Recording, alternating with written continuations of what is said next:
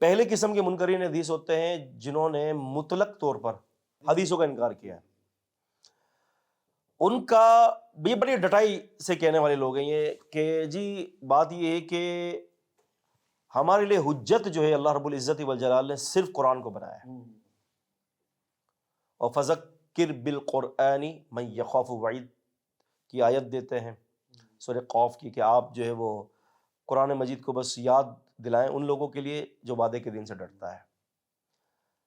تو ایک تو آپ کا یہ ہو گیا کہ جو مطلق طور پر انکار کرتے ہیں. اب اس کے اندر آپ یہ دیکھ لیں موٹے موٹے جو منکر حدیث ہیں آپ کا یہ پرویز ہو گیا اور یہ اللہ آپ کو نیکی دے یہ سر سید احمد خان ہو گئے, ٹھیک ہے, حالانکہ لوگوں کو بڑا عجیب لگتا ہے کہ یہ کیسی بات کر رہی ہیں, لیکن یہ منکر حدیث ہے. تھوڑی تسلی رکھیے گا انشاءاللہ تعالیٰ, آپ کے سامنے یہ ساری باتیں آئیں گی کہ وہ کیسے جو ہے وہ منکر حدیث ہے.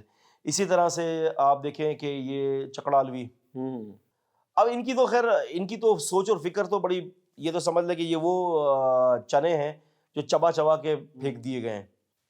تو ایک تو یہ ہے. دوسری کیٹیگری وہ ہے کہ جو مطلق طور پر احادیث کا انکار نہیں کرتی, لیکن ان کا یہ کہنا ہوتا ہے کہ جی ہم ان احادیث کو ایکسیپٹنس دیں گے کہ جس حدیث کا جو موضوع جو ہے وہ قرآن مجید کے ساتھ ملتا ہو. اور اس کے اندر آپ کے معتزلی گروہ ہے. اب دیکھیں کتنی بعد میں آیا ہے معتزلی گروہ, اور ہم اس کی سب ساری ان فساد کی جڑ اسی کو انہی کو قرار دیتے ہیں. یہ بالکل یعنی جڑ اس میں کردار ہے, کردار ان کا 100% ہے. لیکن من البدایہ جو ہے اگر ہم ابتدا سے بات کرتے ہیں تو تھوڑا آگے جا کے آتے ہیں. یہ آپ دیکھیں نا نبی وسلم کے دور میں ذوالخویسرہ تھا, اس سے انکار حدیث کیا تھا. امام مسلم رحمۃ اللہ علیہ نے صحیح مسلم کے اندر حدیث کا نمبر 1064 ہے. اس نے اللہ کے نبی وسلم کو کہا تھا کہ یا رسول اللہ, اے محمد صلی اللہ علیہ وسلم آپ انصاف کیجئے, آپ انصاف کے تقاضے کو جو ہے وہ بروئے کار نہیں لا رہے. تو رسول صلی اللہ علیہ وسلم کا چہرے مبارک کا رنگ متغیر ہو گیا تھا. آپ نے فرمایا اگر میں انصاف نہیں کروں گا تو پھر کون کرے گا, میں اللہ کا رسول ہوں, میرے علاوہ کون انصاف کر سکتا ہے. تو انکار حدیث کا سب سے پہلا بندہ وہ تھا, سب سے پہلا جس نے بربلا طور پر نبی پاک صلی اللہ علیہ وسلم کے فیصلے کو انکار کیا. اب دیکھیں وہاں پر پوائنٹ یہ ہے نقطے کی بات, اس نے یہ نہیں کہا تھا کہ میں آپ کی بات کو نہیں مانتا, اس نے وہاں پر آپ صلی اللہ علیہ وسلم کی بات پر شک کیا تھا. شک کرنے والے بھی منکر حدیث ہوتا ہے. تو اب اس کے اندر معتزلی بھی ہیں, اس کے اندر اللہ آپ کا بھلا کرے جو ہے وہ غامدی صاحب بھی آ جاتے ہیں, ان کے بڑے جو ہیں اوپر آپ جائیں, اوپر چڑھے سیڑھیاں, وہ بھی آ جاتے ہیں. سارے مفسر قرآن بھلے کیوں نہ ہو, پوری قرآن کی تفسیر لکھ دی اور 25 حدیثیں پیش کی ہیں. دیکھ لیں آپ.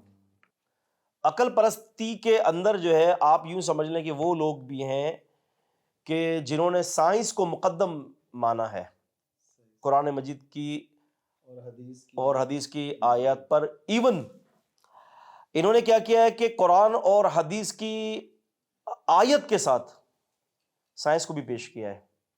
اس میں ہمارے بڑے مشہور ایک بہت بڑے مفسر قرآن ہیں, انہوں نے بھی یہ رویہ اختیار کیا ہے. اچھا, یعنی اسی کو لیا ہے جو سائنس کے موافق. انہوں نے جو آیت جس آیت کے ساتھ ایسٹرونومی کے ساتھ تعلق ہے, علم ایمبرولوجی کے ساتھ تعلق ہے, تو انہوں نے اس کو کیا کیا کہ سائنس کی تحقیقات کے ساتھ اس کو ڈیفائن کیا ہے.